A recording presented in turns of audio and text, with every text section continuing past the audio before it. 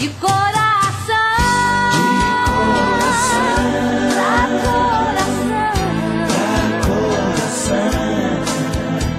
porque eu sei. Vamos iniciar o nosso bloco 2 do nosso estudos de hoje, né? Falando sobre a questão do anjo chamado Lúcifer. O anjo chamado por Lúcifer esteve presente na criação do planeta Terra e na formação do Jardim do Éden, né? Mas sabe, a Bíblia nos dá uma referência bíblica através do Antigo Testamento que esse anjo, ele esteve presente junto com o Altíssimo na criação do planeta Terra e também na formação do Jardim do Éden. Vamos no livro de Gênesis capítulo 2, 26. Em Gênesis capítulo 1, 26. Em Gênesis capítulo 1, versículo 26. Disse também o Altíssimo: façamos o homem a nossa imagem, conforme nossa semelhança, tenha ele domínio sobre os peixes do mar, sobre as aves do céu, sobre os animais domésticos, sobre toda a terra, sobre todos os répteis da terra que rastejam pela terra. Então aqui a Bíblia nos dá a palavra façamos o homem à nossa imagem e semelhança. Quando a Bíblia fala façamos, não é nas interpretações, não podemos pegar uma interpretação, até uma teoria humana que existem hoje, né? Já existiu essa interpretação dessa teoria humana há milhões de anos até nossos tempos de hoje, dizendo que existem deuses, né? Existem deuses. A palavra, quando diz existe deuses, isso significa que não existe só um criador de todas as coisas. Significa que existem mais de um criador. Essa referência nos dá a entender que existem mais de 3, 4 criadores de todas as coisas. Mas existe essa interpretação dessa teoria até hoje, no nosso tempo de hoje, sobre a palavra de deuses. Não. Quando lá na referência do livro de Gênesis, façamos, o Altíssimo porque o Altíssimo não estava sozinho, né? Como nós tínhamos dito anteriormente, né? Os anjos já foram formados pelo nosso Altíssimo, considerados filhos do Altíssimo, antes de toda a criação do planeta Terra, né? Então estava junto. Então quando o Altíssimo disse façamos, ele está ao lado de algum anjo, né? Estava ao lado de algum anjo que estava presente em toda a sua formação, né? E a Bíblia nos dá as referências que esse anjo estava junto com o Altíssimo, porque a Bíblia diz façamos. Então o Altíssimo não estava sozinho, né? O Altíssimo, lógico, seria o Criador unigênito de todas as coisas. Então não existe vários deuses, existe só um Criador para todas as coisas. Às vezes existem interpretações, existem teorias humanas que colocam que o nosso planeta, fora do nosso planeta, não existe só um criador, existem outros criadores, outros deuses. Não, a Bíblia nos dá a referência que existe um supremo criador de todas as coisas. E os anjos acompanhavam o Altíssimo em tudo aquilo que era criado por ele, né? E a Bíblia nos dá a referência que esse anjo estava presente, como a Bíblia diz. O anjo chamado por Lúcifer, que nós conhecemos por Lúcifer, o anjo que nós conhecemos que é chamado Satanás, o anjo que nós conhecemos chamado Diabo, estava presente em toda essa criação. Então, estava presente na criação do planeta Terra e na formação do Jardim do Éden. Só para vocês terem uma ideia, ele estava presente junto em toda essa criação que foram criados pelo nosso Altíssimo. Então, em Gênesis capítulo 2, em Gênesis capítulo 1, versículo 26, né? Em 1, 26, vocês vão ver lá, façamos, né?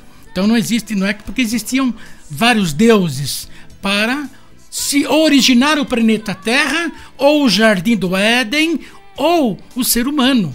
Então não há necessidade que existissem deuses, mas existiu um Criador de todas as coisas, sendo que ele não estava sozinho quando eles estavam formando todas as coisas para existir o ser humano, a forma de como nós podemos viver nesse planeta, né? Então todas as coisas estavam sendo formadas para que nós, ser humano, pudesse viver nesse planeta chamado Terra, no nosso planeta Terra.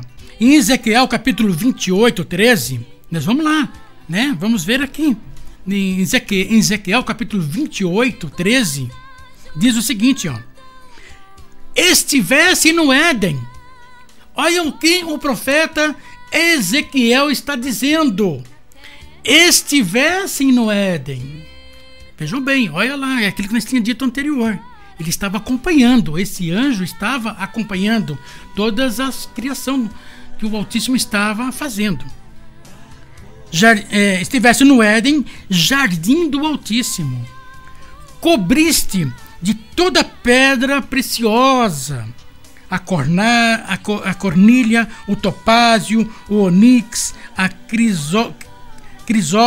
crisolita, e esmeraldas em ouro. E em ti se faziam os teus tambores e os teus pífaros no dia em que fosse criado. No dia que fosse criado, foram preparados, né? Então a Bíblia aqui, em Ezequiel capítulo 28, 13, está dizendo, estivesse no Éden, né? Então para nós hoje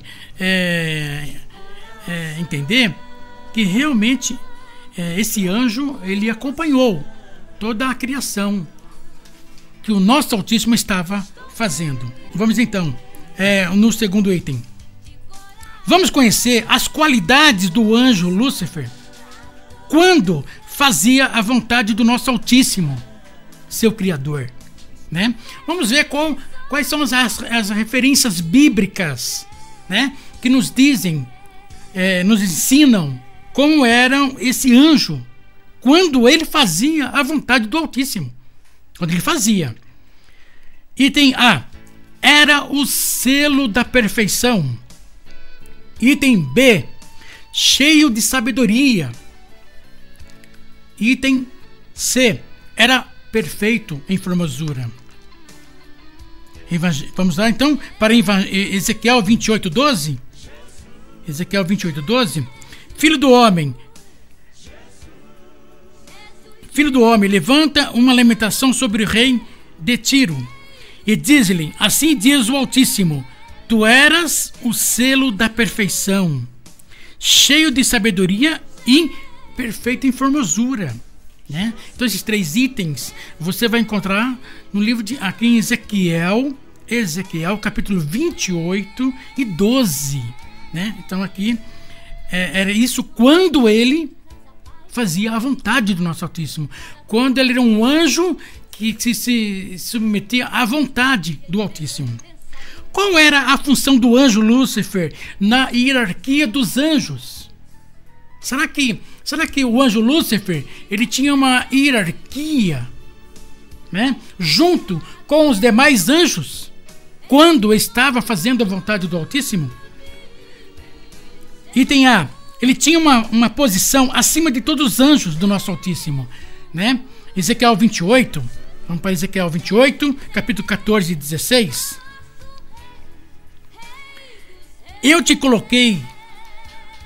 Vou trazer uma referência bíblica aqui que é muito importante quando a gente faz a leitura da sua escrita, porque existem interpretações um pouco diferenciadas, né? Existem pessoas que dizem que o anjo Lúcifer ele era o quê? Um querubim.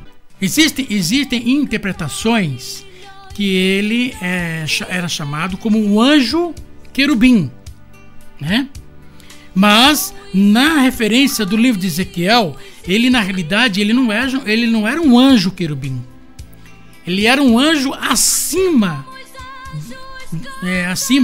de querubim. Ó, eu te coloquei com o anjo querubim. Não é que eu te coloquei como querubim. Existem interpretações que dizem como querubim, mas a interpretação bíblica com o querubim. Então, o Altíssimo está dizendo que ele é um anjo querubim. Eu estou colocando você junto com o anjo querubim. Ele é acima. A hierarquia desse anjo era acima dos demais anjos. Né? Vocês vejam bem, tanto que arrastou uma multidão de anjos do céu. Como é que pode, né? Então era um anjo que tinha uma posição muito acima de todos os outros anjos, quando fazia a vontade do nosso Altíssimo. Eu te coloquei com o querubim de guarda, eu te coloquei com o querubim de guarda, estivesse sobre o monte santo do Altíssimo, andasse no meio das pedras afogueadas. Né? Perfeito eras no teus caminhos, desde o dia que foste criado, até que em ti se achou iniquidade. Pela abundância do teu comércio, o teu coração te encheu de violência e pecaste. Pelo que te lancei profanado fora do monte do Altíssimo, e o querubim da guarda, ele te expulsou. Né? Então, qual era a função do anjo, desse anjo chamado Lúcifer? Então ele tinha o quê? Ele tinha uma posição muito maior do que os outros anjos. Ele não era um anjo querubim. Às vezes tem pessoas que trazem essas interpretações. O anjo Lúcifer, o anjo Satanás, o anjo diabo era um querubim. Não, meu irmão. Ele não era querubim, ele era acima dos anjos querubins. Ele tinha uma posição privilegiada. Tanto que ele era perfeito, ele era cheio de sabedoria, era um anjo formoso, né? Tem pessoas que quando vai colocar assim, ou vai fazer uma figura de Lúcifer, do anjo Lúcifer, né? A pessoa coloca aquela cara feia, coloca aquele monte de chifre, e que não sei o que lá. Ó, que o diabo ele é horroroso na sua visão física, né? As pessoas criam essa teoria humana sem saber que o anjo Lúcifer ele era formoso. Ele era considerado um anjo belo, um anjo muito bonito, né? Formoso é um anjo bonito. É um anjo resplendor, um anjo que estava acima de todos os anjos, porque tinha esse privilégio de estar junto com o Altíssimo. Eu estou dizendo quando ele fazia a vontade do Altíssimo. Eu não estou dizendo depois que ele desceu para a terra, que ele caiu em iniquidade. Não estou dizendo que ele caiu em pecado. Mas no céu era um anjo bonito, era um anjo formoso. Né? E a teoria humana hoje coloca o anjo como aquele anjo de chifre, aquele anjo terrível, aquele anjo monstro, né? Mas na realidade não, ele era um anjo formoso. O item 4: não conseguindo assumir o trono do Altíssimo, é lançado para o planeta Terra e viver totalmente no seio da Terra, junto com os outros anjos que vieram com ele. Então, aquilo que eu disse, quando ele pecou, quando ele caiu em iniquidade, quando ele rebeldeou contra o Altíssimo, não conseguindo, lógico, ele não conseguiria mesmo, né? Como pode o Altíssimo ser criador desse anjo formoso, né? E depois esse próprio anjo formoso querer tomar o trono do seu criador, né? E ele vendo, e como ele acompanhou a criação do planeta Terra, como ele esteve presente na formação do planeta Terra, como ele esteve presente no Jardim do Éden, aí ele fez o quê? Ele falou assim: então, se eu não assumo aqui, eu desço e tomo outro lugar que foi praticamente criado pelo nosso Altíssimo, formado, né? Criado por todo o nosso Altíssimo. E junto com eles, anjos que vieram com ele. O seio da terra é chamado de Seol, que significa lugar de tormenta. Em outras palavras, traduzidas lugar infernal. Nós vamos para o livro de Números, lá para o livro de Números, para a gente entender um pouco sobre a questão da sua morada através da palavra do nosso Altíssimo. Números capítulo 16, em Números, para vamos entender um pouco sobre a questão de Seol. 16:30. Mas, se o Altíssimo criar alguma coisa nova, e a terra abrir sua boca e os tragar com tudo o que é deles, e vivos descerem ao Seol, então compreendereis que esses homens têm desprezado o Altíssimo. E a terra abrir sua boca e os tragar com tudo e deles, e vivos descerem ao Seol. E a referência 33, assim eles e tudo que era seu desceram vivos ao Seol, e a terra os cobriu, e pereceram no meio da congregação. Então eu estou trazendo essas duas referências bíblicas para a gente entender um pouco sobre a questão do Seol. A Bíblia nos dá uma referência que Seol é um lugar que é centralizado no seio da terra, no centro do seio da terra. Então é considerado ali um lugar infernal por causa da caloria, por causa da intensidade de calor, né? Então é um lugar muito de tormentas, um lugar muito desesperador, né? Esse é o que a Bíblia nos ensina. Então desceu o anjo rebelde, desceu com seus anjos demoníacos, foi tudo para esse centro da terra, para ali poder ficar. Em livro de Salmos, também em Salmos 30, vamos dar uma referência em Salmos 30, para dar um exemplo um pouco sobre a questão de Seol, né? Que é um lugar de tormenta, um lugar onde todos os anjos, junto com o anjo rebelde, desceu para ali ficarem.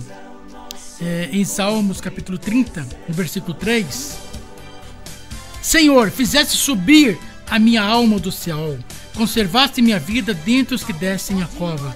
Senhor, fizeste a minha alma, meu espírito subir do Seol, né? Aqui é Davi reclamando na presença do nosso Altíssimo, por o Altíssimo não permitir jamais que o teu espírito fosse lançado para o Seol. Em Provérbios 15, vamos para Provérbios, né? Em Provérbios 15, 24, algumas referências sobre a questão de como que é o Seol, né? Que é lugar infernal, lugar de tormenta. 15 e 24. Para o sábio, o caminho da vida é para cima, a fim de que ele se desvie do Seol, que é para baixo, né? Então é uma explicação praticamente que a gente está dando sobre a questão de como é o Seol. Então o Seol fica para baixo, né? Fica para profundezas, no seio da terra. E vamos pegar mais uma referência em Isaías 5. Mas essa referência bíblica, nós vamos trazer pelo menos umas 3 ou 4 referências bíblicas, tá? Para você que está nos acompanhando, você possa nos ajudar, tá?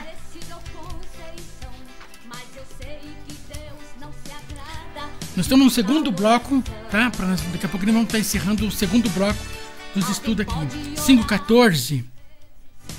Por isso o Seol aumentou o seu apetite e abriu a sua boca, e para lá descem a glória deles e a sua multidão, a sua polpa, e os que entre eles se exaltam, né? Eles se exaltam. Quituite, não conseguindo o trono do nosso Altíssimo, fixou o seu trono na terra e fez com que todos os reinos e nações do planeta Terra inteiro para adorá-lo como um Deus e satisfazer todos os Ezequiel 28, da palavra do nosso Altíssimo, 17, versículo 17, Ezequiel 28, versículo 17. Elevou o teu coração por causa da tua formosura, corrompeste a tua sabedoria por causa do teu resplendor, por terra te lancei, diante dos reis te pus, para que te contemplem. Aqui no profeta Ezequiel está dizendo o seguinte, ou o ser humano adora o nosso Altíssimo, ou o ser humano adora Lúcifer. Então o ser humano ele tem que se escolher a quem ele deva adorá-lo, a quem ele deva servi-lo. Ou ele adora o Altíssimo e faz a vontade do nosso Altíssimo e do nosso Cristo, ou ele adora o anjo chamado Lúcifer, porque ele desceu para fazer com que toda a humanidade o contemplem como no lugar do Altíssimo. Então, o anjo Lúcifer está na terra com seus anjos demoníacos, seduzindo a humanidade para que possam adorá-lo.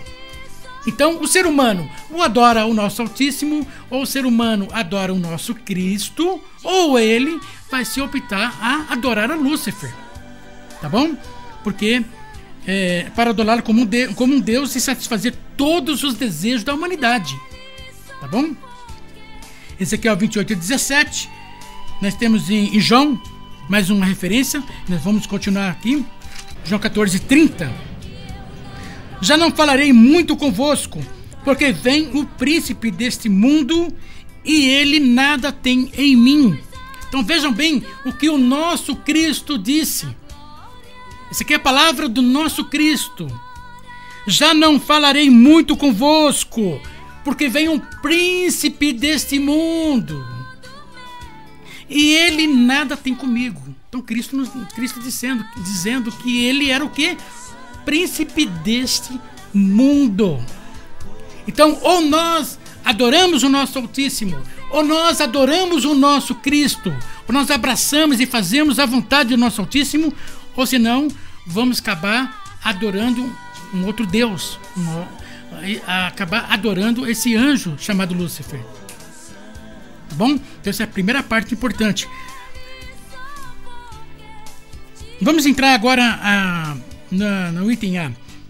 Vamos entender como que nós podemos nos apercebermos que estamos fazendo a vontade do anjo Lúcifer, como eu tinha dito anteriormente.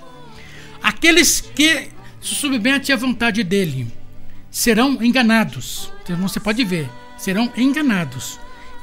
Agora vamos para Tessalonicenses. Em 2 Tessalonicenses 2, 10, 12 diz o seguinte: e com todo o engano da injustiça para os que perecem, porque não receberam o amor da verdade para serem salvos.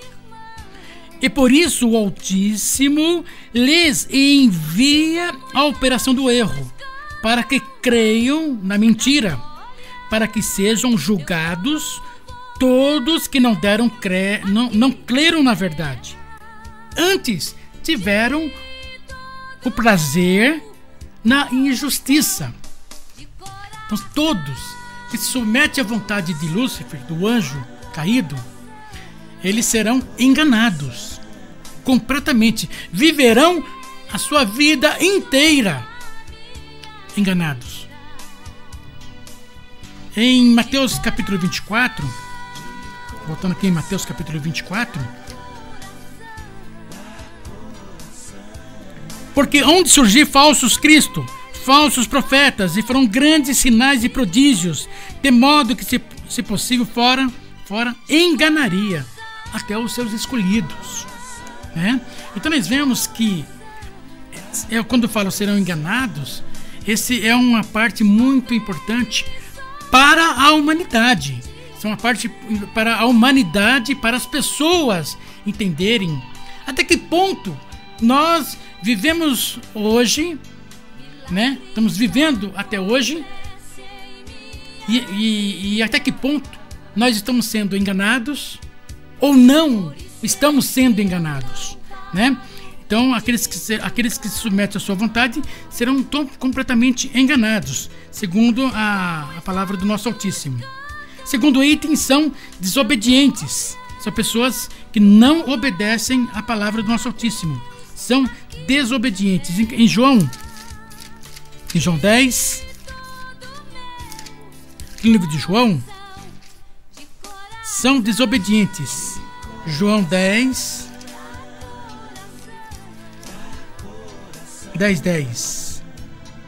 O ladrão não vem senão para roubar, matar e destruir. Eu vim para que tenham vida e tenham em abundância.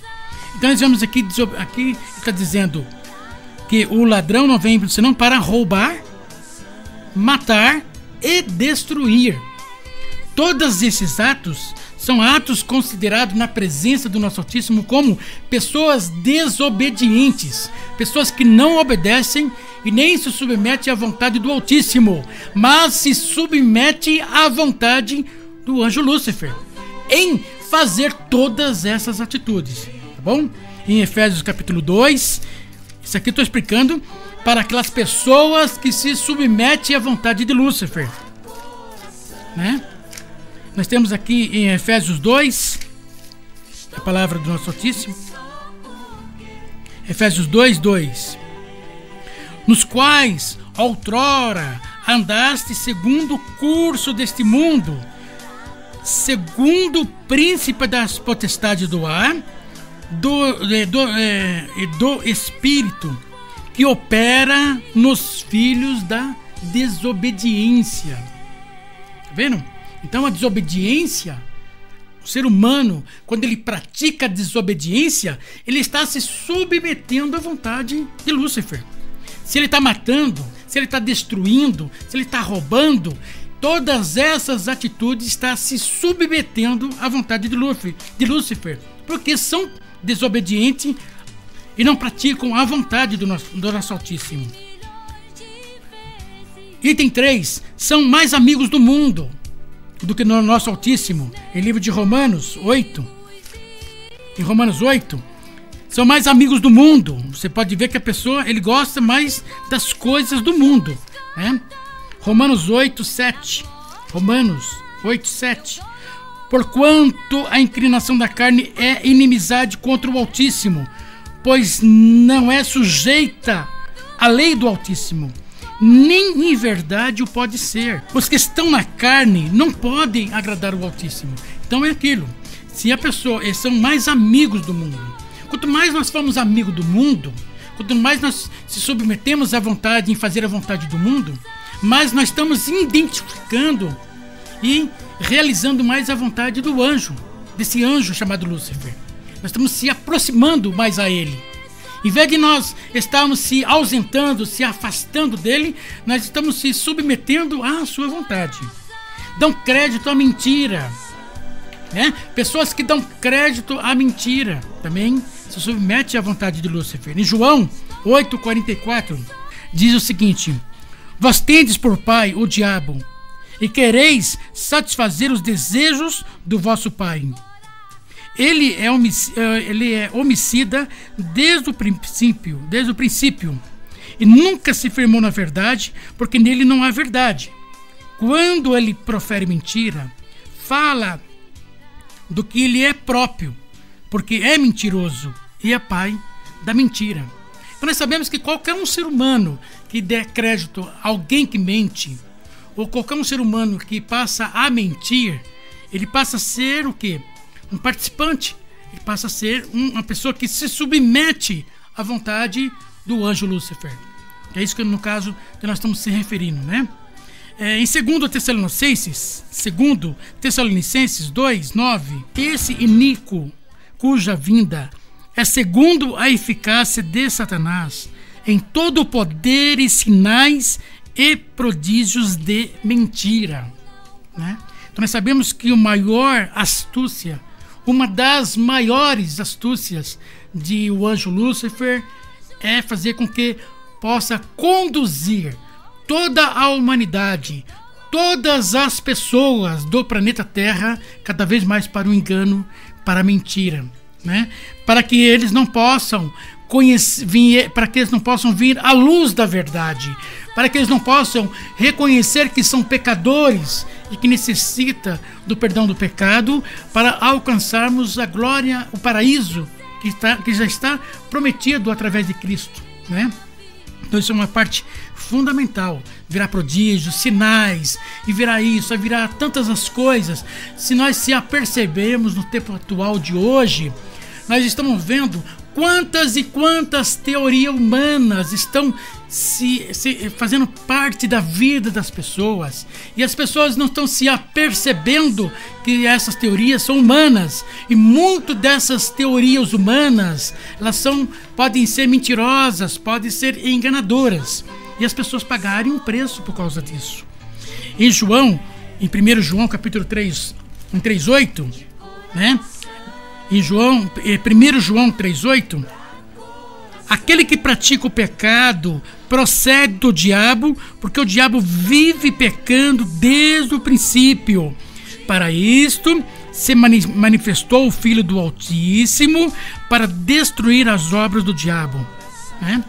Então nós estamos entendendo que quanto mais a humanidade, quanto mais as pessoas derem crédito à mentira, elas estarão se submetendo cada vez mais à vontade do anjo Lúcifer.